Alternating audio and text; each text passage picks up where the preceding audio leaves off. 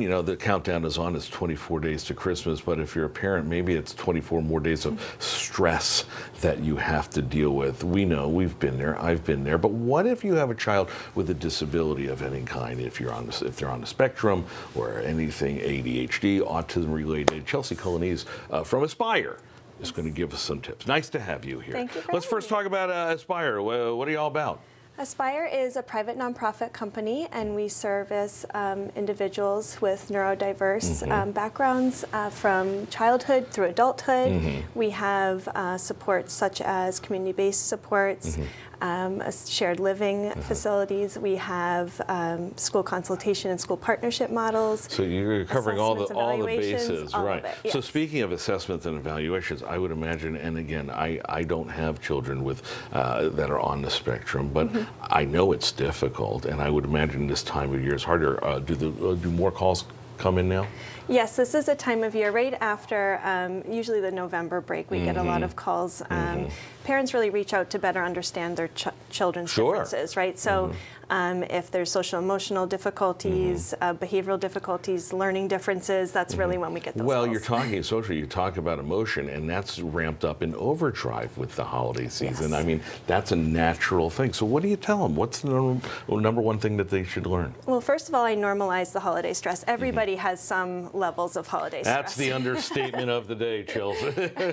So I think with neurodiverse individuals, it's really a little exacerbated, right? So typical holiday stressors, triggers could be new sensory experiences, whether it's tastes or smells or sounds, larger social get-togethers, you know, those things can all really stress people out. Is it like dipping your toe in the water of this and not just diving in fully? It could be, yeah, that's a good way to look at it. You know, and I think that when we talk about being prepared and planful for these holiday differences, the less structure of the holidays, you know, I think it's really important to know that just a little bit of planning and preparedness can go a long way. Well, that goes without saying. Let's talk. You mentioned that you work with educators as well, because obviously, you know, your kids are in school for a good chunk of the day as well. Yes. What do you tell them?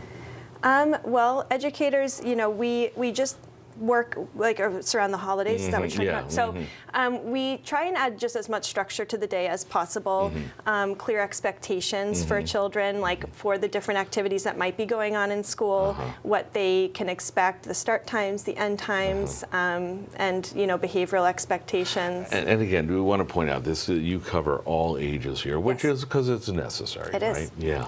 In terms of older kids, we've talked about obviously young kids. Is there how do you adjust the teachings, the advice for the parents? So when we talk about like a holiday tip, right? So I would say like a visual schedule would be something that could really add some structure to the less structured holidays off.